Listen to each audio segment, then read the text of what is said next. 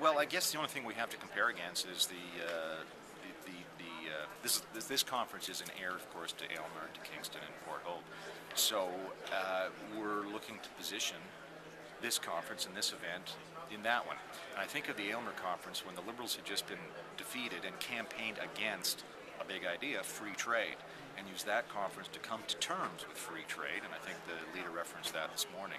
So, what are the ideas right now that Liberals, generally speaking, have to come to grips with? I'm not sure there's something as stark as being against free trade, but again, referencing what the leader was saying, is they just can't count on Canadians becoming disaffected with another political party, the Conservatives or the NDP or the Bloc for that matter, and they've got to figure out some way to capture the attention of voters, capture the imagination of voters.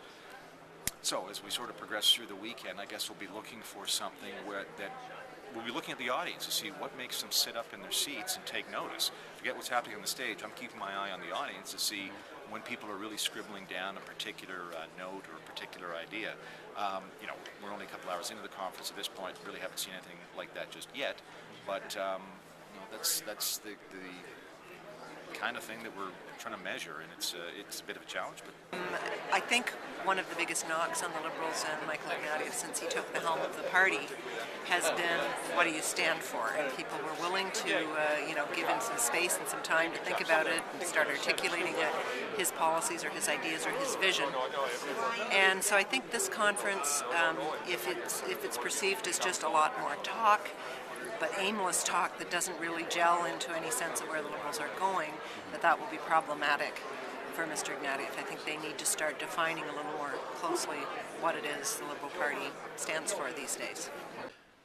Well, clearly come up with something that differentiates themselves from the Conservatives, something that will grab the public imagination, something that will be financially viable, as well as exciting enough for people to say, okay, now we understand what they stand for. Because right now, what are the Liberals? Slightly to the left of the Conservatives' Conservative Party, and conversely, the Conservatives are slightly to the right of the Liberal Party. So it's a real mixed bag right now. So we just need to see something come out of here that gives people a reason to get excited about the Liberal Party again. The trouble is, big ideas cost big money, right? And there's not big money to spend.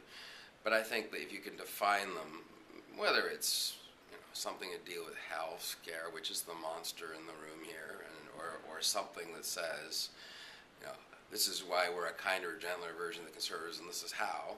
That's fine, but I just think that right now the public only sees the Liberals as coveting the government's job, and doesn't seem to stand for much else. So, plus, it's also an opportunity for Michael Ignatieff to show that he's not Stephen Harper. Stephen Harper's his own worst enemy, as you know. He's a control freak, and he tends to be extremely partisan. And Mr. Ignatieff, if he can look like a visionary out of this, well, that might just change the way people look at him, and for the better.